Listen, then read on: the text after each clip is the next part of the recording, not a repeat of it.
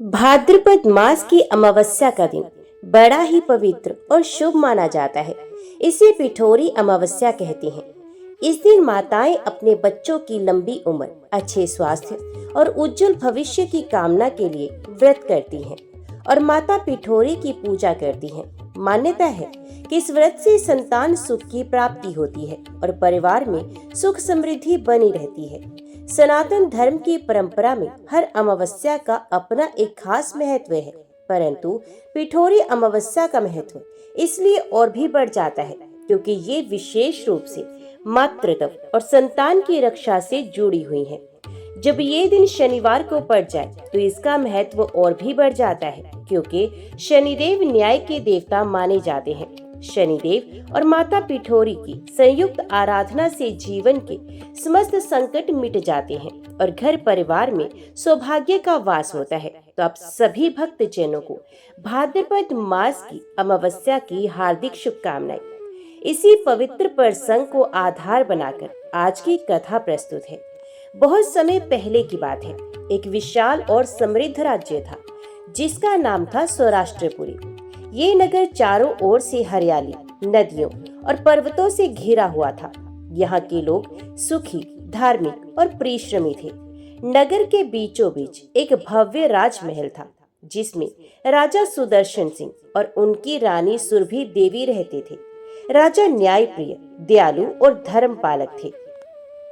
प्रजा उनसे अत्यंत प्रसन्न थी, परंतु उनके जीवन में एक बहुत बड़ी कमी थी। विवाह को कई वर्ष बीत चुके थे, लेकिन उन्हें संतान सुख की प्राप्ति नहीं हुई थी। रानी सुरभि देवी इस कारण बहुत दुखी रहती थी। राजा ने अनेक यज्ञ करवाए, मंदिरों में दान दिए, तीर्थों की यात्रा की, परंतु संतान का सुख उन्हें प्राप्त नहीं हुआ। धीरे धीरे राजमहल की खुशियां म्लान होने लगी। एक दिन रानी सुरभि देवी राजमहल के बगीचे में बैठी रो रही थी। तभी उनकी सखी ने उनसे कहा, रानी जी, दुख क्यों करती हैं? सुना है कि भाद्रपद मास की अमावस्या को पिठोरी माता का व्रत करने से संतान सुख की प्राप्ति होती है। इस दिन मिट्टी की चौकियां सजाकर 27 मातृकाओं, सप्त माताओं और पिठोरी माता की पूजा की जाती है। यदि आप श्रद्धा से व्रत करें तो निश्चित ही माता आपकी गोद को भर देंगी। रानी के हृदय में आशा की किरण जग गई। उन्होंने प्रण किया कि इस बार आने वाली पिठोरी अमावस्या पर वे व्रत अवश्य करेंगी और माता की पूजा भी करेंगी। इसी बीच एक दिन राजमहल में एक महान ऋषि आए। उनके शरीर से तेज निकल रहा था। राजा ने आदर पूर्वक उनका स्वागत किया और उनसे अपनी व्यथा कह सुनाई। ऋषि ने ध्यान मगन होकर कुछ क्षण नेत्र मूंद लिए और फिर कहने लगे, राजन, तुम्हारे जीवन में संतान सुख का विलंब तुम्हारे पूर्व जन्म के कर्मों का फल है, लेकिन चिंता मत करो। भाद्रपद मास की अमावस्या, जिसे पिठोरी अमावस्या कहते हैं, उस दिन यदि तुम दोनों पति पत्नी श्रद्धा से माता पिठोरी और मातृ शक्तियों की पूजा करोगे तो तुम्हारे सारे संकट मिट जाएंगे और संतान की प्राप्ति भी होगी। शनिदेव के दिन ये व्रत करने से तो इसका फल 100 गुना हो जाता है। राजा रानी ने हाथ जोड़कर प्रणाम किया और व्रत करने का निश्चय किया। भाद्रपद मास की अमावस्या का दिन आया। संयोग से वह दिन शनिवार का था। पूरा राजमहल उत्सव की भांति सजाया गया। रानी ने स्नान करके शुद्ध वस्त्र धारण किए और सोने की थाली में मिट्टी से 27 मातृकाओं की प्रतिमाएं बनाई। उन्होंने सप्त माताओं और पिठोरी माता की मूर्तियां भी बनाई। फिर उन्होंने रोली, अक्षत, पुष्प, दीप और नैवेद्य से पूजा की, कथा सुनी और माता पिठोरी से प्रार्थना की, हे माता, जैसे आपने अनेकों माताओं की गोद भरी है, वैसे ही मेरी गोद भी भर दीजिए। मेरे जीवन का यह शून्य दूर कर दीजिए। पूरी रात उन्होंने उपवास किया। राजमहल में भक्ति भाव से कीर्तन गूंजता रहा। अमावस्या की रात को जब रानी ध्यान में लीन थी, तब उनके सामने एक दिव्य प्रकाश प्रकट हुआ। उस प्रकाश से एक अद्भुत रूप वाली देवी प्रकट हुई। उनके साथ सप्त माताएं और 27 मातृकाएं भी थी। देवी ने रानी से कहा, हे पुत्री, तुम्हारी भक्ति और व्रत से मैं बहुत प्रसन्न हूँ। शीघ्र ही तुम्हें संतान का सुख प्राप्त होगा। तुम्हारा पुत्र महान और तेजस्वी होगा, जो पूरे राज्य में धर्म की पताका फहराएगा। रानी की आंखों से आंसू बहने लगे। उन्होंने माता के चरणों में सर झुका दिया। कुछ समय के बाद माता के आशीर्वाद से रानी गर्भवती हुई। ये समाचार पूरे राज्य में फैल गया। प्रजा उल्लासित हुई। महल में हर दिन भजन कीर्तन होने लगे। राजा सुदर्शन सिंह ने कहा, ये सब माता पिठोरी और शनिदेव की कृपा से हुआ है। इस व्रत का महत्व अद्भुत है। अब से राज्य की हर स्त्री इस व्रत को अवश्य ही करेगी। रानी सुरभि देवी को जब गर्भ का सुख प्राप्त हुआ तो पूरा महल आनंद से भर गया। चारों ओर हर्ष और उत्साह की लहर दौड़ गई। नगर वासियों ने दीप जलाए, ढोल नगाड़े बजे और मंदिरों में घंटियां गूंजने लगी। राजा सुदर्शन सिंह ने प्रजा को बुलाकर कहा, आज से हमारे राज्य में किसी भी निर्धन परिवार की स्त्री को बिना संतान के दुख में जीना नहीं पड़ेगा। जो भी माता पिठोरी अमावस्या का व्रत करना चाहे, उसे महल की ओर से पूजा की सामग्री और सहायता दी जाएगी। उस दिन से राज्य में पिठोरी अमावस्या का पर्व एक उत्सव की तरह मनाया जाने लगा। रानी अपने गर्भकाल में निरंतर माता पिठोरी की आराधना करती। हर सुबह तुलसी के पास दीप जलाती और शनिदेव को प्रणाम करती और वे कहती, हे माता पिठोरी, आपने मेरी गोद भरी है, अब मेरे पुत्र की रक्षा करना, उसे धर्म, भक्ति और साहस का वरदान देना। उनकी आस्था और भक्ति को देखकर महल की दासियां और नगर की स्त्रियां भी माता के व्रत में शामिल होने लगी। कुछ महीने बीत गए। एक दिन वही ऋषि जो पहले राजमहल में आए थे, वे पुनः पधारे। राजा ने आदर से उनका स्वागत किया। ऋषि कहने लगे, हे राजन, रानी के गर्भ में जो बालक है वे बड़ा तेजस्वी होगा। उसका जन्म भाद्रपद अमावस्या के दिन होगा, परंतु ध्यान रहे, उसके जन्म के समय कुछ दुष्ट असुर बाधा डालेंगे। तुम डरना मत, माता पिठोरी स्वयं उसकी रक्षा करेंगी। राजा और रानी ने ऋषि की वाणी सुनकर माता का स्मरण किया और निश्चिंत हो गए। महल में संतान जन्म की तैयारियां शुरू हो गई। नदियों में स्नान, मंदिरों में विशेष पूजा और महल में मंगल गीत गाए जाने लगे। रानी की सहेलियां उन्हें प्रसन्न रखने के लिए झूला झूलाती और भजन गाती। प्रजा भी रानी के सुख के लिए व्रत करती। नगर के हर कोने में दीप जलाए जाते। पूरा राज्य एक परिवार की तरह उस संतान जन्म की प्रतीक्षा कर रहा था। समय बीते बीते वह दिन आ गया। भाद्रपद मास की अमावस्या का दिन था और संयोग से शनिवार भी। राजमहल में विशेष पूजा हुई। रानी ने व्रत किया और माता पिठोरी की मूर्तियों की आराधना की। रात गहराने लगी। अचानक आकाश में बादल छा गए। बिजली कड़की और वज्रपात होने लगे, जैसे कोई अदृश्य शक्ति क्रोधित हो। रानी प्रसव पीड़ा में थी। पूरा महल चिंतित था। तभी बाहर से एक विकराल स्वर सुनाई दिया, हे सुदर्शन सिंह, तेरे वंश में संतान का सुख नहीं लिखा। इस बालक को जन्म लेने मत देना, वरना हमारा विनाश होगा। ये आवाज असुरों की थी। वे महल के बाहर घेरा डाल चुके थे। राजा ने तुरंत शस्त्र उठाया और सैनिकों को संगठित किया, परंतु असुरों की संख्या बहुत अधिक थी। तभी महल में प्रकाश फैल गया। माता पिठोरी, सप्त माताएं और 27 मातृकाएं प्रकट हुई। उनके हाथों में अस्त्र शस्त्र थे। माता ने सिंहासन पर खड़ी होकर कहा, हे दुष्टों, ये बालक मेरा वरदान है। इसका जन्म कोई नहीं रोक सकता। पीछे हट जाओ, नहीं तो विनाश निश्चित है। माता का तेज देखकर असुर भयभीत हो गए। उन्होंने आकाश से वर्षा, आंधी और बिजली बरसाई, परंतु माता की कृपा से राजमहल अडिग खड़ा रहा। उसी समय रानी ने एक तेजस्वी पुत्र को जन्म दिया। उसके जन्म के साथ ही वातावरण में सुगंध फैल गई। आकाश में देवताओं ने पुष्प वृष्टि की और नगाड़े बजने लगे। राजा और प्रजा हर्ष से भर गए। ऋषि भी प्रकट हुए और कहने लगे, ये बालक महान धर्मात्मा होगा। इसका नाम वीरेंद्र रखा गया। ये राज्य को समृद्ध करेगा और धर्म की रक्षा करेगा। बालक के जन्म के बाद असुर और भी क्रोधित हो गए। उन्होंने महल पर आक्रमण किया। राजा ने शस्त्र उठाए, परंतु असुरों की शक्ति अत्यधिक थी। तभी माता पिठोरी ने सप्त माताओं और मातृकाओं को संकेत दिया। वे असुरों पर टूट पड़ी। कुछ ही क्षणों में असुर युद्ध भूमि में परास्त होकर भाग खड़े हुए। राजा ने झुककर माता को प्रणाम किया और कहा, हे माता, ये सब आपकी कृपा से संभव हुआ। आपने हमारे राज्य और वंश की रक्षा की है। राज्य में हर्ष उल्लास छा गया। प्रजा ने दीपक जलाए, मंदिरों में भजन कीर्तन हुए और नगर वासियों ने मिलकर भव्य उत्सव मनाया। रानी ने अपने पुत्र को गोद में लेकर माता से प्रार्थना की, हे माता, जैसे आपने मेरी रक्षा की वैसे ही इस पुत्र को धर्म, बल और करुणा का प्रतीक बनाना। माता मुस्कुराई और आशीर्वाद देकर अंतर ध्यान हो गई। राजमहल में राजकुमार वीरेंद्र का पालन पोषण बड़े लाड़ प्यार से होने लगा। वे दिव्य तेज से युक्त था। उसकी आंखें गहरी और निर्मल थी। जब वे हंसता तो लगता मानो पूरे महल में प्रकाश फैल गया हो।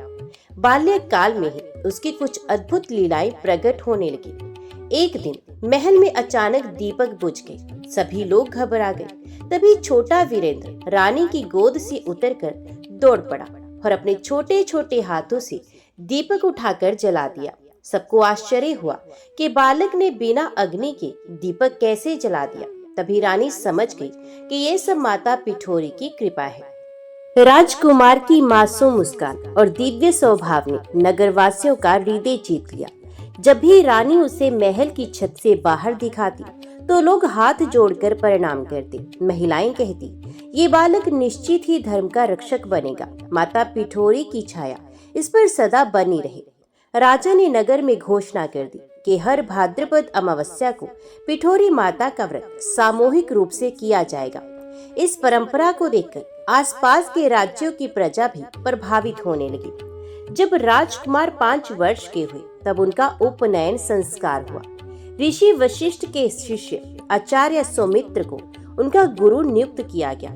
राजकुमार प्रतिदिन ब्रह्म मुहूर्त में उठकर स्नान करते, सूर्य को अर्घ्य देते और फिर आचार्य से वेद मंत्रों का अध्ययन करते। वे शीघ्र ही धनुर्वेद, राजनीति, संगीत और धर्मशास्त्र में निपुण हो गए। उनकी वाणी मधुर थी और आचरण विनम्र। गुरु उनकी बुद्धि और समर्पण देखकर प्रसन्न हो जाते। एक दिन शिक्षा के दौरान राजकुमार ने गुरु से प्रश्न किया, गुरुदेव, मेरे जीवन का सबसे बड़ा कर्तव्य क्या होगा? गुरु सौमित्र ने उत्तर दिया, हे पुत्र, धर्म की रक्षा और प्रजा की सेवा ही सबसे बड़ा कर्तव्य है, किंतु तुम्हें ये सब माता पिठोरी और देवताओं की कृपा से करना होगा। जब तक उनकी छाया तुम्हारे साथ है, कोई शत्रु तुम्हें हानि पहुंचा नहीं सकता। राजकुमार ने मन ही मन प्रण किया कि वे जीवन भर माता पिठोरी की आराधना करेंगे। समय बीतता गया। राजकुमार का यश दूर दूर तक फैलने लगा। ये देखकर वे असुर जो उसके जन्म के समय पराजित होकर भाग गए थे, पुनः क्रोधित हो गए। उन्होंने अपने प्रमुख असुर क्रूरासुर के नेतृत्व में सभा की। क्रूरासुर ने कहा, यह बालक बड़ा होकर हमारे लिए सबसे बड़ा संकट बनेगा। हमें इसे अभी नष्ट करना होगा, अन्यथा धर्म की विजय और अधर्म का नाश निश्चित है। सब असुर उसकी बात से सहमत हो गए और योजना बनाने लगे। एक दिन असुरों ने रूप बदलकर राजमहल में प्रवेश किया। वे साधु के वेश में आए और राजा से बोले, राजन, हम तपस्वी हैं। आपके पुत्र की कुंडली देखकर हमें ज्ञात हुआ है कि यदि वे हमारे द्वारा दिया गया अमृत पान करेगा तो दीर्घायु होगा। राजा सरल स्वभाव के थे, वे उनकी बातों में आ गए, परंतु रानी और राजकुमार ने माता पिठोरी का स्मरण किया। रानी ने कहा, पहले इस अमृत को हमारे देव स्थान पर अर्पित किया जाए, फिर पुत्र इसे पिएगा। जैसे ही उस पात्र को माता पिठोरी की मूर्ति के सामने रखा गया, वे पात्र स्वयं टूट गया और उसमें से काला विष बाहर निकल पड़ा। सब लोग चौंक गए। असुरों का भेद खुल गया। माता की शक्ति ने उनके छल का पर्दाफाश कर दिया। माता पिठोरी स्वयं प्रकट हुई। उनके हाथों में त्रिशूल था। उन्होंने असुरों से कहा, हे दुष्टों, ये बालक मेरा वरदान है। तुमने इसे नष्ट करने का षड्यंत्र रचा, अब तुम्हारा अंत निश्चित है। माता के तेज से असुर जलने लगे और धूल में मिल गए। राजा रानी ने माता के चरणों में गिरकर धन्यवाद दिया। राजकुमार ने भी प्रणाम किया और कहा, हे माता, मैं वचन देता हूँ कि जीवन भर धर्म और न्याय की रक्षा करूंगा। धीरे धीरे राजकुमार वीरेंद्र का नाम पड़ोसी राज्यों तक फैल गया। लोग कहने लगे, ये वही बालक है जिसकी रक्षा स्वयं माता पिठोरी करती हैं। ये धर्म का अवतार है। राजा सुदर्शन सिंह ने अपने पुत्र को राजनीति और युद्ध कला में प्रशिक्षित करने के लिए विशेष सभाएं आयोजित की। वीरेंद्र धनुष चलाने में इतना निपुण हो गए कि दूर से दूर लक्ष्य को भी सहजता से भेद देते थे। राजकुमार का स्वभाव सरल और करुणामय था। वे गरीबों और दुखियों की सहायता करते थे, अनाथ बच्चों को आश्रय देते और वृद्धों की सेवा करते। एक बार राज्य में भयंकर अकाल पड़ा, लोग अन्न के लिए तरसने लगे। राजा चिंतित हो गए। तब राजकुमार ने स्वयं अपने हाथों से गोदामों का द्वार खोल दिया और अनाज प्रजा में बांट दिया। लोग भाव विभोर होकर कहने लगे, धन्य है ये राजकुमार, ये माता पिठोरी का सच्चा वरदान है। समय बीता और राजकुमार वीरेंद्र युवावस्था में प्रवेश कर गए। उनकी लंबी कद काठी, तेजस्वी मुखमंडल और साहसी स्वभाव, ये सब देखकर सब लोग चकित रह जाते। उनके चाल ढाल में राजसी गर्मा और आंखों में अद्भुत करुणा झलकती थी। राजा सुदर्शन सिंह अपने पुत्र के गुणों को देखकर गदगद हो उठते। वे अक्सर कहते, वीरेंद्र, तू केवल मेरा पुत्र ही नहीं बल्कि मेरी आस्था का परिणाम है। तू माता पिठोरी का आशीर्वाद है। तेरा जीवन प्रजा और धर्म की रक्षा के लिए है। वीरेंद्र विनम्र स्वर में उत्तर देते, पिताजी, मेरा अस्तित्व केवल माता पिठोरी की कृपा से ही है। जब तक मैं जीवित हूँ, अधर्म इस भूमि पर पांव नहीं रख सकेगा। राजकुमार की योग्यताओं को देखते हुए राजा सुदर्शन सिंह ने दरबार में उन्हें युवराज घोषित कर दिया। पूरी प्रजा ने हर्षोल्लास से जयकारे लगाए। जय हो युवराज वीरेंद्र की, माता पिठोरी की कृपा सदा उन पर बनी रहे। दरबार में विद्वानों, मंत्रियों और सैनिकों ने उन्हें प्रणाम किया। वीरेंद्र ने सभी को आशीर्वाद स्वरूप कहा, मैं वचन देता हूँ कि कभी अन्याय नहीं करूंगा। प्रजा का दुख मेरा दुख होगा और उसका सुख मेरा सुख होगा। वीरेंद्र की लोकप्रियता और शक्ति देखकर असुरों में भय व्याप्त होने लगा। उनके नेता क्रूरासुर ने पुनः सभा को बुलाया। क्रूरासुर गरजते हुए बोला, ये वही बालक है जिसे हमने जन्म से पहले नष्ट करने का प्रयास किया था। अब ये युवराज बन चुका है। यदि इसे नष्ट नहीं किया गया तो शीघ्र ही ये हमारे साम्राज्य का अंत कर देगा। एक अन्य असुर बोला, किंतु माता पिठोरी उसकी रक्षा करती हैं। जब तक वे हैं, कोई उसे हानि पहुंचा नहीं सकता। क्रूरासुर ने क्रोधित होकर कहा, तो हमें युद्ध करना होगा, ऐसा युद्ध जिसमें देवता भी उसका साथ ना दे सके। असुरों ने अपने गढ़ में विशाल सेना एकत्रित करनी शुरू कर दी। हाथी, रथ, घोड़े और असंख्य सैनिक युद्ध के लिए तैयार किए गए। उनकी योजना थी कि अचानक सौराष्ट्रपुरी पर आक्रमण कर दिया जाए। उधर वीरेंद्र को यह समाचार मिला। उन्होंने तुरंत राज्यसभा में मंत्रियों को बुलाया। वीरेंद्र ने कहा, मित्रों, अधर्म फिर सर उठा रहा है। ये केवल मेरा युद्ध नहीं होगा, ये धर्म और अधर्म का युद्ध होगा। हमें प्रजा की रक्षा करनी है। मंत्रियों और सैनिकों ने एक स्वर में कहा, हम आपके साथ हैं युवराज। माता पिठोरी की कृपा से विजय निश्चित है। युद्ध की तैयारी से पहले वीरेंद्र माता पिठोरी के मंदिर गए। उन्होंने भक्ति भाव से माता की आराधना की और कहा, हे माता, ये युद्ध केवल मेरे राज्य का नहीं, धर्म और अधर्म का है।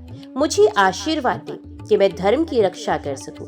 तभी मंदिर में दिव्य प्रकाश फैला और माता पिठोरी प्रकट हुई। उन्होंने मुस्कुराकर कहा, पुत्र, भय मत कर, तू धर्म का सेनानी है। मैं और मेरी मातृकाएं तेरे साथ हैं। ये युद्ध तुझे विजयी बनाकर ही समाप्त होगा। वीरेंद्र ने माता के चरणों में सर झुका दिया और नई ऊर्जा के साथ महल में लौटे। कुछ ही दिनों बाद असुरों ने अचानक सौराष्ट्रपुरी पर आक्रमण कर दिया। आकाश में काले बादल छा गए, बिजली कड़कने लगी और धरती कांप उठी। राजा सुदर्शन सिंह ने सेना को आदेश दिया और स्वयं भी युद्ध भूमि में उतर गए, परंतु नेतृत्व वीरेंद्र ने संभाला। युवराज ने शंखनाद किया। उनकी सेना भी उत्साह से भर उठी। दोनों पक्षों के बीच भीषण युद्ध छिड़ गया। वीरेंद्र धनुष उठाकर युद्ध भूमि में कूद पड़े। उनकी हर बाण से असुर धराशायी हो रहे थे। वे रथ से रथ भिड़ाते, घोड़े पर सवार होकर शत्रुओं को मार गिराते। प्रजा दूर से ये दृश्य देखकर जयकारे लगा रही थी। जय हो वीरेंद्र की, माता पिठोरी की जय। असुरों की विशाल सेना धीरे धीरे कमजोर पड़ने लगी। तभी असुरों का नेता क्रूरासुर आगे आया। उसका शरीर पर्वत जैसा विशाल और आंखें अंगारों की तरह लाल थी। उसने गरज कर कहा, वीरेंद्र, तू अभी बालक है। मेरी शक्ति के सामने तेरी कोई हैसियत नहीं। वीरेंद्र ने शांत स्वर में उत्तर दिया, मैं अकेला नहीं हूँ, मेरे साथ धर्म है, और जहाँ धर्म है वहाँ माता पिठोरी है। तुम्हारी हार निश्चित है। दोनों के बीच भीषण युद्ध हुआ। क्रूरासुर ने गदा उठाकर प्रहार किया, किंतु वीरेंद्र ने तुरंत ढाल से रोका और बाण छोड़कर उसे घायल कर दिया। क्रूरासुर ने अंतिम प्रहार के लिए अपनी माया का सहारा लिया। उसने आकाश में अंधकार फैलाया और अग्नि वर्षा शुरू कर दी। सेना घबराने लगी। तभी युद्ध भूमि में माता पिठोरी प्रकट हुई। उनके साथ सप्त माताएं और मातृकाएं भी थी। माता ने अपना त्रिशूल उठाकर आकाश में घुमाया और तुरंत अंधकार हट गया। अग्नि वर्षा बंद हो गई। माता ने क्रूरासुर की ओर देखकर कहा, दुष्ट, तूने बार बार मेरे वरदान का अपमान किया है। अब तेरा अंत निकट है। वीरेंद्र ने माता के आशीर्वाद से अंतिम बाण चलाया। ये क्रूरासुर के हृदय में लगा और वे युद्ध भूमि में गिर पड़ा। असुरों की सेना पराजित होकर खड़ी हुई। सौराष्ट्रपुरी में विजय का उत्सव मनाया गया। राजा ने दरबार में घोषणा की, ये विजय केवल मेरे पुत्र की नहीं, ये माता पिठोरी की कृपा से धर्म की विजय है। इस दिन को हम सदा स्मरण करेंगे। प्रजा ने दीपक जलाए, मंदिरों में भजन गाए और पूरे राज्य में आनंद छा गया। वीरेंद्र ने हाथ जोड़कर कहा, ये मेरी विजय नहीं, माता की है। मैं जीवन भर धर्म और प्रजा की रक्षा करूंगा। युद्ध में विजय प्राप्त करने के बाद युवराज वीरेंद्र का यश और भी फैल गया। पड़ोसी राज्यों के राजा अपनी कन्याओं का विवाह वीरेंद्र से करना चाहते थे, किंतु वीरेंद्र स्वयं निर्णय लेने में विलंब कर रहे थे। एक दिन राजा सुदर्शन सिंह और रानी ने उनसे कहा, पुत्र, अब समय आ गया है कि तू जीवन के अगले चरण में प्रवेश करे। विवाह के बिना राज्य का संचालन अपूर्ण माना जाता है। वीरेंद्र ने उत्तर दिया, माता पिता, मैं आपके आदेश का पालन अवश्य करूंगा, परंतु मेरी एक प्रार्थना है। विवाह उसी कन्या से हो जो धर्मनिष्ठ, करुणामयी और प्रजा की सेवा में सहायक हो। केवल सौंदर्य ही मेरे लिए पर्याप्त नहीं है। इसी समय दक्षिण के विशाल राज्य विदर्भपुरी के राजा चंद्रकेतु ने अपनी पुत्री पद्मावती का संदेश भेजा। पद्मावती अद्वितीय सौंदर्य से युक्त होने के साथ साथ विदुषी और वीरांगना भी थी। वे वेदों का अध्ययन करती थी और शस्त्र विद्या में भी निपुण थी। वीरेंद्र को ये जानकर प्रसन्नता हुई। उन्होंने माता पिठोरी के मंदिर जाकर प्रार्थना की, हे माता, यदि पद्मावती मेरे जीवन की संगनी बनने के योग्य है तो आप अपनी कृपा से इस विवाह को संपन्न करें। मंदिर में दीपक अपने आप प्रज्वलित हो उठे। ये माता की स्वीकृति का संकेत था।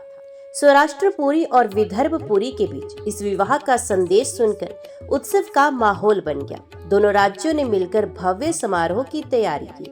भाद्रपद के शुक्ल पक्ष पंचमी के दिन राजमहल में बारात पहुंची। रथों, घोड़ों और हाथियों से सजी बारात अद्भुत दृश्य प्रस्तुत कर रही थी। नगर वासियों ने सड़कों पर फूल बिछाए और दीप जलाए।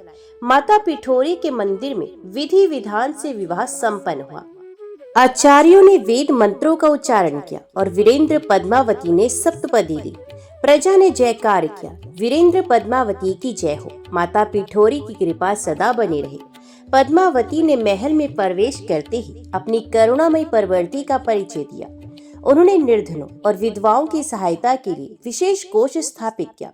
राजकुमारी की विधवता से राज्यसभा भी प्रभावित हुई। कई बार वे राजनैतिक चर्चाओं में भी भाग लेती और वीरेंद्र को उचित परामर्श देती।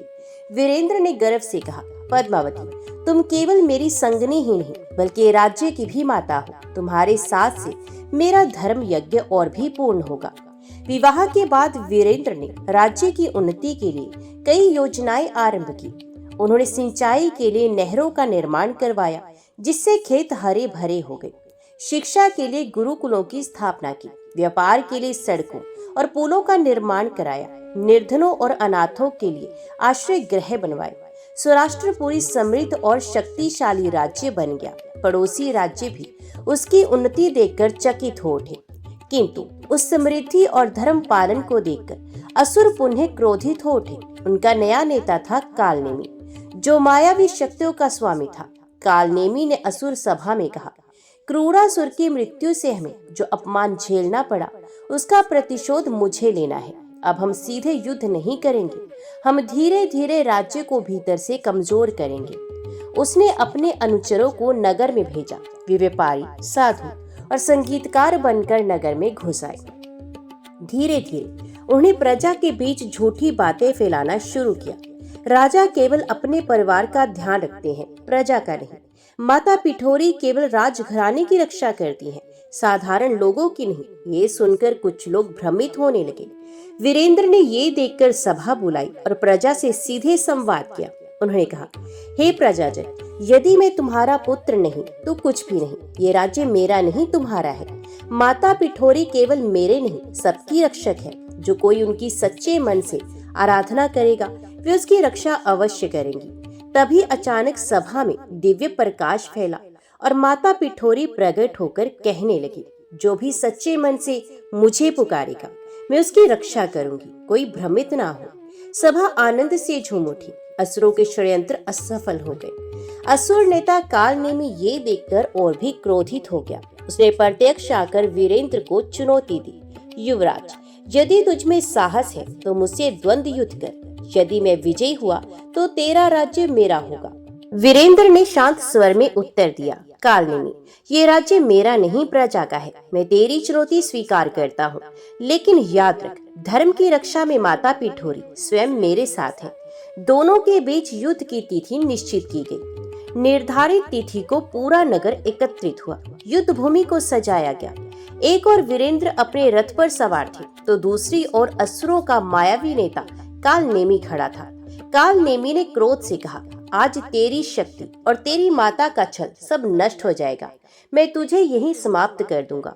वीरेंद्र ने शांत स्वर में उत्तर दिया, कालनेमी, ये मेरा नहीं, धर्म का युद्ध है। अधर्म चाहे जितनी बार आए अंततः नष्ट ही होता है। माता पिठोरी मेरे साथ है। शंखनाद हुआ। दोनों योद्धा आमने सामने आ गए। कालनेमी ने पहली बार में अग्निबाण छोड़ा। पूरा आकाश लाल हो उठा। वीरेंद्र ने तुरंत जलबान चलाकर अग्नि को बुझा दिया। फिर कालनेमी ने माया से हजारों अपने समान रूप उत्पन्न कर दिए। वीरेंद्र ने दिव्य अस्त्र से उन सबको भस्म कर दिया। प्रजा दूर से ये देखकर जयकार करने लगी, वीरेंद्र की जय, माता पिठोरी की जय।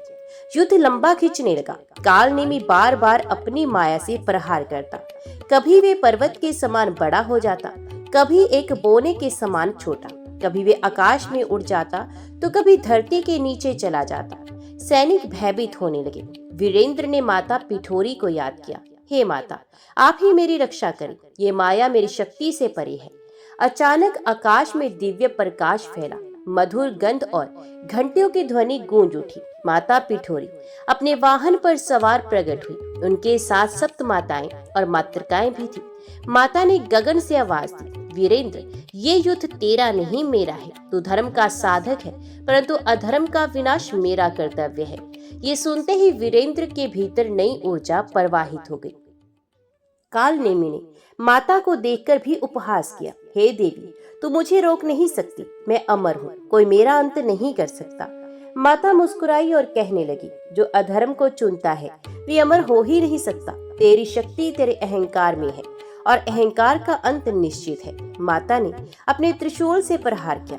कालनेमी धरती पर गिर पड़ा, किंतु वे तुरंत उठकर खड़ा हो गया। उसने आकाश से बिजली की तरह प्रहार किया। वीरेंद्र ने ढाल उठाकर उसे रोक लिया। फिर माता के आशीर्वाद से उन्होंने ब्रह्मास्त्र चलाया। वे अस्त्र कालनेमी के हृदय में लगा। कालनेमी ने चीखते हुए कहा, असंभव, कोई मुझे मार नहीं सकता था। माता ने गंभीर स्वर में उत्तर दिया, धर्म के पक्ष में खड़ा योद्धा कभी अकेला नहीं होता, उसका हर बाण सत्य का प्रतीक होता है। अब तेरा अंत निश्चित है। कालनेमी वही धराशायी हो गया और उसका माया जाल मिट गया। युद्ध समाप्त हुआ। नगर में हर्ष उल्लास छा गया। प्रजा ने दीप जलाए और नृत्य गान करने लगी। राजा सुदर्शन सिंह ने दरबार में कहा, ये विजय केवल वीरेंद्र की नहीं बल्कि माता पिठोरी की कृपा से धर्म की विजय है। हम सब इस दिन को स्मरण करेंगे। प्रजा ने हाथ जोड़कर माता की स्तुति की, हे पिठोरी माता, अब सबकी रक्षा करें, हमारे जीवन से अधर्म का अंधकार सदा दूर करें। विजय के बाद वीरेंद्र ने सभा में कहा, मैं आज से प्रण लेता हूँ कि जब तक श्वास है मैं धर्म की रक्षा और प्रजा की सेवा करूंगा। माता पिठोरी के चरणों में यह जीवन समर्पित है। पद्मावती ने भी हाथ जोड़कर कहा, मैं भी प्रजा की माता बनकर उनका दुख दूर करूंगी। यह राज्य केवल शासन का स्थान नहीं बल्कि सेवा का केंद्र होगा। काल नेमी के वध के बाद सौराष्ट्रपुरी में शांति और समृद्धि का वातावरण छा गया। राजा सुदर्शन सिंह वृद्ध हो चुके थे, इसलिए उन्होंने युवराज वीरेंद्र को गद्दी सौंप दी। राज्य अभिषेक का दिन आया। पूरे नगर को फूलों और दीपों से सजाया गया। नदी के तट पर भव्य यज्ञ का आयोजन हुआ। आचार्यों ने मंत्र उच्चारण के बीच वीरेंद्र और पद्मावती का अभिषेक कराया। जयकार गूंज उठी। धर्मराज वीरेंद्र की जय, महारानी पद्मावती की जय, जय पिठोरी माता की। वीरेंद्र और पद्मावती ने प्रजा की भलाई के लिए कई नए नियम बनाए। न्याय व्यवस्था की गई, जिसमें किसी भी गरीब को न्याय से वंचित नहीं होने दिया गया। राजा स्वयं दरबार में बैठकर प्रजा की सुनवाई करते थे। शिक्षा और विद्या के लिए हर गांव में गुरुकुल स्थापित किए गए। लड़के और लड़कियां समान रूप से शिक्षा पा सके, इसकी व्यवस्था की गई। कृषि और व्यापार के लिए किसानों को कर में छूट दी गई। व्यापारियों को सुरक्षित मार्ग और गोदाम उपलब्ध कराए गए। स्त्रियों का सम्मान बनाने के लिए विधवाओं और असहाय स्त्रियों के लिए विशेष कोष बनाया गया। राज्य धीरे धीरे इतना समृद्ध हो गया कि पड़ोसी राज्यों से धरती का स्वर्ग कहने लगे। एक दिन भाद्रपद मास की पूर्णिमा पर भव्य यज्ञ किया गया। यज्ञ के अंत में आकाश से पुष्प वृष्टि होने लगी। देवताओं ने प्रकट होकर कहा, वीरेंद्र, तुझ में सत्य और धर्म की शक्ति है। तेरा राज्य तब तक सुरक्षित रहेगा जब तक तू न्याय और सेवा का मार्ग नहीं छोड़ता। इंद्रदेव ने कहा, तेरे राज्य में कभी अकाल नहीं पड़ेगा। वरुण देव ने आशीर्वाद दिया, तेरे जल स्रोत कभी सूखेंगे नहीं। अग्निदेव ने वचन दिया, तेरे यज्ञ और बलिदान सदा स्वीकार होंगे। प्रजा आनंद से झूम उठी। किंतु अधर्म कब चैन से बैठता है। शेष बचे असुर एक गुप्त गुफा में एकत्रित हुए। उनका नया नेता था महाकालासुर, जो क्रूरता और काले जादू में निपुण था।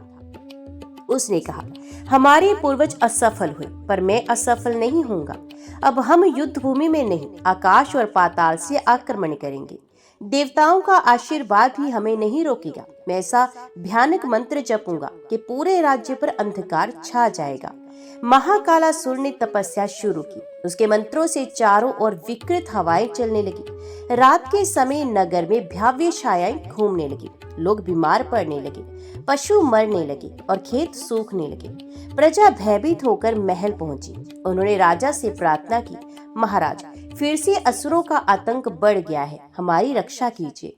वीरेंद्र ने प्रजा को ढांढस बंधाया, भय मत करो, माता पिठोरी हमारी रक्षक हैं। हम सब मिलकर उनका व्रत करेंगे और अंधकार को दूर करेंगे। संयोग से वही दिन भाद्रपद अमावस्या पिठोरी अमावस्या का था। वीरेंद्र और पद्मावती ने पूरे राज्य को उपवास और पूजा का आदेश दिया। सुबह से ही हर घर में गोबर और मिट्टी की प्रतिमाएं बनाई गई। महिलाएं 64 मातृकाओं की पूजा करने लगी। रसोई में 56 प्रकार के पकवान तैयार हुए और उन्हें देवियों को अर्पित किया गया। राजमहल के प्रांगण में सबसे बड़ा अनुष्ठान हुआ। वहाँ माता पिठोरी की मूर्ति सजाएगी। दीपों से पूरा महल जगमगा उठा। राजा, रानी और प्रजा ने मिलकर एक स्वर में प्रार्थना की, हे माता, हमारे राज्य को असुरों के अंधकार से मुक्त करें। रात्रि के समय अचानक आकाश से प्रकाश उतरा और माता पिठोरी प्रकट हुई और कहने लगी, वीरेंद्र, ये अंतिम परीक्षा है। महाकालासुर अत्यंत बलशाली है, परंतु याद रखो, जब पूरी प्रजा एक साथ धर्म की शरण लेती है, तब कोई भी अधर्म उसे पराजित नहीं कर सकता। माता ने वीरेंद्र को एक दिव्य तलवार दी, जो स्वयं प्रकाश बिखेर रही थी। मध्य रात्रि होते ही आकाश काला पड़ गया, बिजली कौंधी और धरती कांपने लगी। महाकालासुर अपने दानवों की सेना के साथ प्रकट हुआ। उसने गर्जना की, वीरेंद्र, इस बार तुझे कोई बचा नहीं पाएगा। तेरे राज्य पर अंधकार का साम्राज्य होगा। वीरेंद्र ने माता की दी हुई तलवार उठाई और उत्तर दिया, तेरा अंधकार कितना भी घना क्यों ना हो, धर्म का प्रकाश उसे भेद ही देगा। दोनों सेनाओं के बीच भीषण युद्ध आरंभ हो गया। महाकालासुर ने अपने हाथों से आकाश में काले बादल फैला दिए। पूरे नगर पर अंधकार छा गया। प्रजा चीख उठी, पशु भागने लगे और वृक्ष झुकने लगे। वीरेंद्र ने दिव्य तलवार उठाई और सिंहनाद किया, हे अधर्म, ये तेरा अंतिम क्षण है। दोनों सेनाएं भिड़ गई। असुरों ने अग्नि बाण और विष बाण चलाए। वीरेंद्र के सैनिकों ने धर्म की जयकार करते हुए उनका मुकाबला किया। पद्मावती स्वयं रथ पर बैठकर घायल सैनिकों की सेवा कर रही थी। महाकालासुर ने काला धुआं छोड़ते हुए मंत्र जपा। अचानक हजारों राक्षस उसके शरीर से निकल पड़े। उनकी आंखों से आग की लपटें निकल रही थी। प्रजा भयभीत हो गई। राजमहल की दीवारें हिलने लगी। वीरेंद्र ने माता पिठोरी को स्मरण किया, हे मातेश्वरी, आप ही मेरी शक्ति हैं। तभी आकाश से तेजस्वी प्रकाश उतरा। माता पिठोरी दिव्य रूप में प्रकट हुई। उनके साथ 64 मातृकाएं थी। माता ने कहा, वीरेंद्र, ये युद्ध केवल तेरा नहीं, पूरे धर्म का है। तू केवल मेरे साथ मिलकर प्रहार कर। माता ने अपने त्रिशूल से प्रहार किया। अनेक राक्षस भस्म हो गए। महाकालासुर ने माता को देखकर और भी क्रोधित होकर कहा, देवी, मैं स्वयं मृत्यु से भी ऊपर हूँ, तुम्हारे अस्त्र मुझे मार नहीं सकते। माता ने गंभीर स्वर में उत्तर दिया, जो अहंकार में जीता है उसका अंत निश्चित है। फिर उन्होंने वीरेंद्र से कहा, अब दिव्य तलवार का प्रयोग कर। वीरेंद्र ने माता की दी हुई तलवार उठाई और पूरे साहस के साथ महाकालासुर पर प्रहार किया। तलवार से निकलती रोशनी ने अंधकार को चीर दिया। महाकालासुर तड़पता हुआ बोला, नहीं, ये असंभव है, और देखते ही देखते वे राख में बदल गया। जैसे ही महाकालासुर मरा, अंधकार छट गया। आकाश से फूल बरसने लगे। संगीत की ध्वनि गूंज उठी। प्रजा ने जयकार की, माता पिठोरी की जय, धर्मराज वीरेंद्र की जय। नगर दीपों से सजाया गया। भाद्रपद अमावस्या की रात एक उत्सव बन गई। माता पिठोरी ने कहा, वीरेंद्र और पद्मावती, तुमने केवल अपने राज्य की नहीं, पूरे धर्म की रक्षा की है। आज से हर भाद्रपद अमावस्या को पिठोरी अमावस्या कहा जाएगा। इस दिन जो भी स्त्रियां उपवास और व्रत करेंगी, उन्हें संतान सुख, समृद्धि और सुरक्षा मिलेगी। राजा रानी ने हाथ जोड़कर माता को प्रणाम किया। प्रजा ने भी मिलकर धन्यवाद दिया। इसके बाद सौराष्ट्रपुरी में कभी अकाल, युद्ध या आपदा नहीं आई। वीरेंद्र और पद्मावती ने पूरे जीवन धर्म और सेवा का पालन किया। उनके पुत्र ने भी वही परंपरा आगे बढ़ाई। लोग पीढ़ी दर पीढ़ी कहते रहे, जिसने पिठोरी अमावस्या का व्रत किया उसे माता पिठोरी का संरक्षण अवश्य मिलता है। जो भी इस कथा को सुनता है उसके जीवन से संकट दूर होते हैं। संतानहीन दंपत्ति को संतान प्राप्त होती है। गरीब को धन, दुखी को सुख और बीमार को स्वास्थ्य मिलता है। पिठोरी अमावस्या की ये कथा हमें सिखाती है, धर्म और सत्य की रक्षा करना ही सबसे बड़ा व्रत है। अहंकार चाहे कितना भी बड़ा क्यों ना हो, अंततः नष्ट हो जाता है। जब समाज एक साथ आस्था और विश्वास से प्रार्थना करता है तो कोई भी विपत्ति टिक नहीं सकती। भादो मास की अमावस्या का दिन अत्यंत पवित्र माना गया है। पुराणों में वर्णन है कि इस दिन यदि कोई श्रद्धा से भगवान का नाम जपता है तो उसे हजारों यज्ञों और तीर्थ स्नानों का पुण्य प्राप्त होता है। कथा आती है एक निर्धन परंतु सच्चे कृष्ण भक्त की। उसने अमावस्या की रात भर दीप जलाकर नाम स्मरण किया। उसके पास ना धन था ना सामर्थ्य, फिर भी उसने अपने हृदय को ही मंदिर बना लिया। उसकी पुकार सुनकर स्वयं भगवान श्री कृष्ण वहां प्रकट हुए।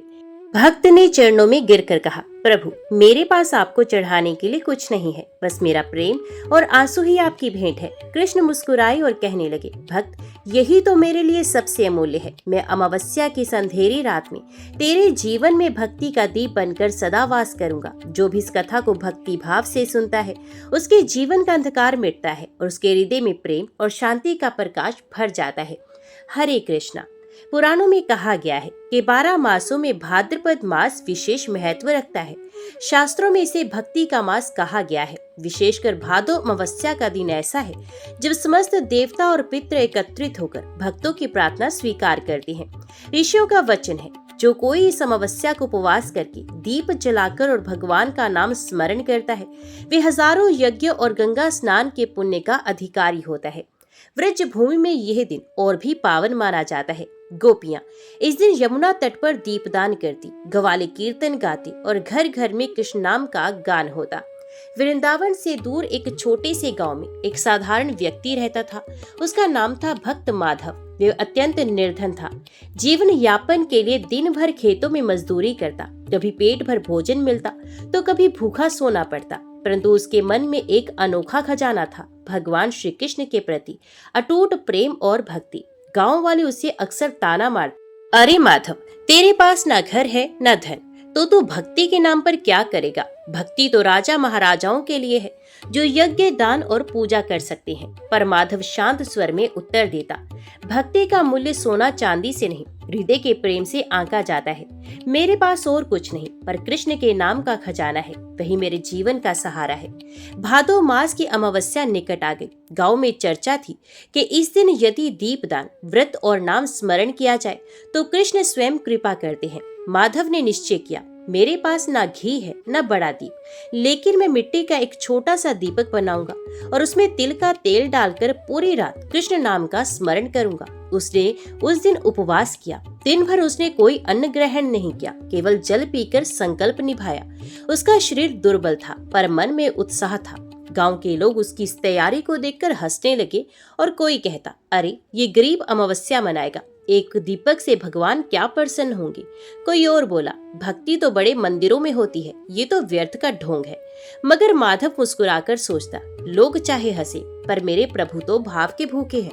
वे तो मेरे छोटे दीप से भी अंधकार दूर कर देंगे।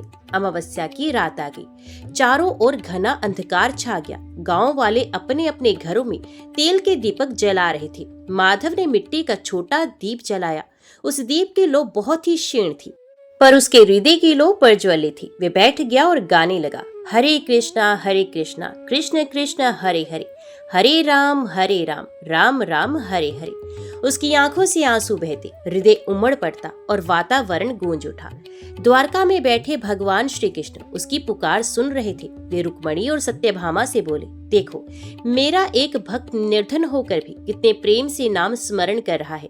अमावस्या की रात उसने अपने छोटे से दीप से पूरा ब्रह्मांड रोशन कर दिया है। अब समय है कि मैं स्वयं वहां जाऊं। इतना कहकर भगवान श्री कृष्ण अपने दिव्य स्वरूप में माधव के घर की ओर दौड़ पड़े। अमावस्या की रात और भी गहरी हो गई थी। आकाश में चंद्रमा का कहीं नामो निशान नहीं था। गांव के चारों ओर अंधकार और सन्नाटा फैला हुआ था, मानो संपूर्ण सृष्टि मौन होकर उस छोटे से दीपक की ओर निहार रही हो, जो माधव के झोपड़े में टिमटिमा रहा था। माधव ने हाथ जोड़कर कहा, हे प्रभु, ये दीपक तो छोटा है, ये मेरे हृदय की ज्योति है। आप इस अंधकार में मेरे जीवन का प्रकाश बनकर आइए। मेरे पास ना धन है न भोग विलास, केवल ये प्रेम है। इसे ही आपके चरणों में अर्पित करता हूँ। उसकी वाणी कांप रही थी, आंखों से अश्रु की धारा बह रही थी। वे बार बार कृष्ण नाम जपता और झोपड़ी में दिव्य संपंदन भर जाता। गांव वाले दूर से माधव के झोपड़ी की ओर देखते, कुछ उपहास करते और कुछ कहते, ये पागल हो गया है, पूरी रात नाम जपते जपते इसकी बुद्धि नष्ट हो जाएगी। परंतु कुछ संवेदनशील लोग सोचते, इस गरीब के पास भले ही साधन ना हो, पर इसके चेहरे पर जो शांति है वे हम सबके घरों में दीप जलाकर भी नहीं है। ये शायद यही सच्ची भक्ति है। रात का तीसरा पहर हुआ। थकान और भूख से माधव का शरीर कांप रहा था। उपवास ने उसकी शक्ति को क्षीण कर दिया था। फिर भी उसने संकल्प किया, जब तक भोर नहीं होती मैं ये दीप जलाए रखूंगा और कृष्ण नाम का स्मरण करता रहूंगा। उसने अपनी कमीज फाड़कर दीप के लिए बाती बनाई ताकि लोग बुझने ना पाए। उसका शरीर दुर्बल हो रहा था, परंतु मन और भी दृढ़ हो गया था। उसी समय द्वारका में श्री कृष्ण ने अपना सुदर्शन उठाया और मुस्कुराए और कहने लगे, मेरा भक्त भूखा है, थका है, परंतु उसकी भक्ति अडिग है। अब मैं उसे अपने दर्शन कराऊंगा। क्षण भर में वे गोपियों के प्रियतम यशोदानंदन मुरलीधर स्वरूप में माधव के झोपड़े के द्वार पर प्रकट हो गए। माधव ने अपनी आंखें उठाई। उसने देखा कि उसके द्वार पर एक दिव्य तेज से आच्छादित पुरुष खड़े हैं। उनके हाथ में मुरली थी, सर पर मोर पंख का मुकुट था और शरीर से अलौकिक आभा प्रकट हो रही थी। माधव स्तब्ध हो गया। वे कांपते हुए बोला, कौन है आप? क्या आप स्वयं मेरे कृष्ण हैं? भगवान मुस्कुराए और कहने लगे, हाँ भक्त, मैं ही तेरा कृष्ण हूँ। तेरी पुकार सुनकर इस अमावस्या की रात तेरे दीपक की ओर खींचा चला आया हूँ। माधव ने दौड़कर उनके चरण पकड़ लिए। उसकी आंखों से अश्रु बहने लगे। वे कहने लगा, प्रभु, मेरे पास आपको चढ़ाने के लिए कोई भोग नहीं, कोई फल फूल नहीं, बस मेरा हृदय और मेरे आंसू हैं। कृपया इसे ही स्वीकार करें। श्री कृष्ण ने उसे उठाया और कहने लगे, माधव, भक्ति का मूल्य वस्तुओं में नहीं है, मुझे तो केवल प्रेम चाहिए। तेरा ये प्रेम ही मेरे लिए सबसे बड़ा अर्घ है। जैसे ही श्री कृष्ण ने ये कहा, उस झोपड़ी में दिव्य प्रकाश फैल गया। मिट्टी की टूटी दीवारें मानो सोने की दीवारों में बदल गई। वे छोटा दीपक मानो हजारों सूर्य की रोशनी देने लगा। गांव वाले ये दृश्य देखकर चकित हो गए और कहने लगे, अरे, इस गरीब की झोपड़ी से ऐसा प्रकाश कैसे आ रहा है? क्या सचमुच इसमें कोई दिव्य शक्ति है? माधव की छोटी सी झोपड़ी अब स्वर्ग के समान प्रकाशी थी। कृष्ण ने मंद मुस्कान के साथ कहा, माधव, आज तेरी भक्ति ने मुझे यहाँ खींच लिया है। अब यह रात्रि हम दोनों साथ बिताएंगे। माधव अवाक था, उसकी आंखों से अश्रु रुक नहीं रहे थे। वे सोच रहा था, क्या ये सपना है? क्या सचमुच मेरे ठाकुर मेरे द्वार आए हैं? कृष्ण ने उसके मन की शंका समझ ली। उन्होंने अपनी मुरली बजाई। उसकी ध्वनि से झोंपड़ी का वातावरण स्वर्गिक हो गया। मधुर स्वर सुनकर माधव को विश्वास हो गया कि ये तो वास्तव में वही नंदलाल हैं। माधव के पास ना चांदी की थाली थी, ना सोने के बर्तन। उसने टूटी हुई मिट्टी की कटोरी में जरा सा जल रखा और बोला, प्रभु, यही मेरा अर्घ है, इसे कृपया स्वीकार करें। कृष्ण ने प्रेम से वह जल पी लिया और कहने लगे, माधव, ये जल मेरे लिए अमृत से भी बढ़कर है, क्योंकि इसमें तेरे प्रेम का स्वाद है। माधव के पास भोग अर्पण करने के लिए कुछ नहीं था। उसने अपनी झोपड़ी के कोने में रखी हुई सूखी रोटियां लाकर कृष्ण के सामने रख दी। शर्माते हुए कहने लगा, प्रभु, यही मेरे पास है, आप चाहें तो स्वीकार करें। कृष्ण ने हंसते हुए कहा, भक्त, तेरा ये सूखा अन्न मेरे लिए द्वारका के राजभोग से भी महान है। और उन्होंने प्रसन्न होकर रोटी खा ली। इसी बीच गांव वाले माधव की झोपड़ी के पास आ पहुंचे। इस दिव्य प्रकाश को देखकर चकित थे। एक ने झोपड़ी के भीतर झांक कर देखा और हैरान रह गया। वहां स्वयं श्री कृष्ण विराजमान थे। गांव में हल्ला मच गया। देखो, ये वही गरीब माधव है जिसके साथ स्वयं कृष्ण बैठे हैं। हम तो इसे तुच्छ समझते थे, पर आज इसका सौभाग्य तो देखो। कुछ लोग श्रद्धा से रोने लगे, कुछ ने माथा टेक दिया और जो उपहास करते थे वे लज्जित होकर मौन हो गए। गांव वालों की ओर देखकर श्री कृष्ण ने कहा, हे व्रजवासियों, समझ लो कि भक्ति का मूल्य सोने चांदी में नहीं है। ना कोई महल चाहिए, न भव्य यज्ञ, केवल प्रेम चाहिए, सच्चा, निष्कपट, निर्मल प्रेम। माधव निर्धन है, लेकिन इसका प्रेम इतना अमूल्य है कि मुझे द्वारका छोड़कर यहाँ आना पड़ा। गांव वाले विनीत होकर बोले, प्रभु, अब हम भी समझ गए कि भक्ति का मार्ग सबसे सरल और श्रेष्ठ है। हम भी आज से आपके नाम का स्मरण करेंगे। पूरी रात माधव और श्री कृष्ण मुरली की धुन और नाम स्मरण में मगन रहे। गांव वाले भी उस झोपड़ी के बाहर भजन गाने लगे, मानो पूरा गांव एक विशाल मंडली में बदल गया हो। उस रात अमावस्या का अंधकार मानो कहीं खो गया। हर दिशा में केवल प्रकाश, प्रेम और भक्ति का उत्सव था। भोर होते ही श्री कृष्ण ने माधव से कहा, भक्त, अब मुझे द्वारका लौटना होगा, परंतु चिंता मत कर, तेरी झोपड़ी में मेरा वास रहेगा। तेरा दीपक कभी नहीं बुझेगा और तेरे जीवन में अब कभी दरिद्रता नहीं आएगी। इतना कहकर भगवान अंतर ध्यान हो गए, लेकिन उनके वचनों से माधव का हृदय आनंद और शांति से भर गया। गांव वाले उसके चरणों में गिर पड़े और कहने लगे, माधव, हमें क्षमा कर, हम तुझे तुच्छ समझते थे, अब हमें सच्ची भक्ति का मार्ग दिखा। माधव ने नम्रता से कहा, मैं तो कुछ नहीं, सब कुछ मेरे ठाकुर का ही प्रसाद है। आओ हम सब मिलकर हर अमावस्या को दीपदान और नाम स्मरण करें। प्रभु श्री कृष्ण के अंतर ध्यान होने के बाद भी माधव की झोपड़ी में दिव्यता बनी रही। वे दीपक जो रात भर जलता रहा था, अभी उसी ज्योति से टिमटिमा रहा था। गांव वाले आश्चर्यचकित होकर कहने लगे, ये दीपक तो बिना तेल के कैसे जल रहा है? अवश्य ही स्वयं श्री कृष्ण का प्रसाद है। माधव प्रभु के वचनों को बार बार स्मरण करता। उसके हृदय में एक नई दृढ़ता आ गई। वह सोचता, अब मेरा जीवन केवल भक्ति के लिए है। भले ही मैं भूखा रहूं, पर कृष्ण नाम का स्मरण कभी नहीं छोड़ूंगा। गांव के लोग जो पहले उसका उपहास करते थे, अब उसके चरणों में बैठकर कृष्ण कथा सुनने लगे। माधव प्रेम से सबको समझाता और कहता, भाइयों, प्रभु के लिए सोने चांदी की नहीं, बल्कि निर्मल प्रेम की आवश्यकता है। यदि हृदय सच्चा है तो भगवान स्वयं हमारे द्वार आ जाते हैं, जैसे वे मेरे द्वार पर आए थे। धीरे धीरे पूरा गांव बदल गया। लोगों ने लोभ और दिखावा त्याग दिया। वे अमावस्या की रात दीपदान करने लगे। हर घर से भजन कीर्तन की ध्वनि सुनाई देने लगी। गांव में सुख समृद्धि बढ़ने लगी। फसलें लहलहाने लगी। बीमारियां दूर हो गई। लोग एक दूसरे के साथ प्रेम पूर्वक रहने लगे। सब कहने लगे, ये सब श्री कृष्ण की कृपा है, जो माधव जैसे भक्त पर बरसी और हम सब तक पहुंची। कुछ महीनों के बाद भादो मास की पुनः अमावस्या आई। गांव में भव्य दीप उत्सव का आयोजन हुआ। हर घर हर द्वार पर दीपक जलाए गए। पूरा गांव मानो द्वारका नगरी बन गया। उसी समय अचानक माधव के झोपड़े में दिव्य प्रकाश हुआ। श्री कृष्ण पुनः प्रकट हुए और कहने लगे, देखो माधव, तेरी भक्ति ने पूरे गांव को भक्ति में बना दिया। यही है अमावस्या व्रत का महात्म्य। जो कोई भी इस दिन दीप दान और नाम स्मरण करेगा, उसे जीवन में कभी अंधकार नहीं छुएगा। कृष्ण ने हाथ उठाकर आशीर्वाद दिया, हे भक्तों, आज से जो भी भादो अमावस्या को दीपदान करेगा, कथा सुनेगा और कृष्ण नाम का जप करेगा, उसके घर में सुख समृद्धि रहेगी, उसके पाप नष्ट होंगे और अंत समय में वे मेरे धाम में स्थान पाएगा। गांव वाले आनंद से झूम उठे, भजन गूंजने लगे, हरे कृष्णा कृष्ण कृष्ण हरे हरे, हरे राम राम राम हरे हरे। उस दिन के बाद से माधव का जीवन ही बदल गया। गांव वालों ने मिलकर उसकी झोपड़ी को मंदिर बना दिया। वहां प्रतिदिन भजन कीर्तन और दीपदान होने लगा। माधव स्वयं कुछ नहीं चाहता था, उसका हृदय केवल कृष्ण भक्ति में ही डूबा रहता। उसके चेहरे पर ऐसा तेज था कि लोग दूर दूर से दर्शन करने आने लगे। ये कथा हमें ये सिखाती है कि अमावस्या का अंधकार केवल दीपक से नहीं बल्कि भक्ति और नाम स्मरण से दूर होता है। भगवान श्री कृष्ण को भव्य आडंबर की नहीं, सच्चे भाव की आवश्यकता है।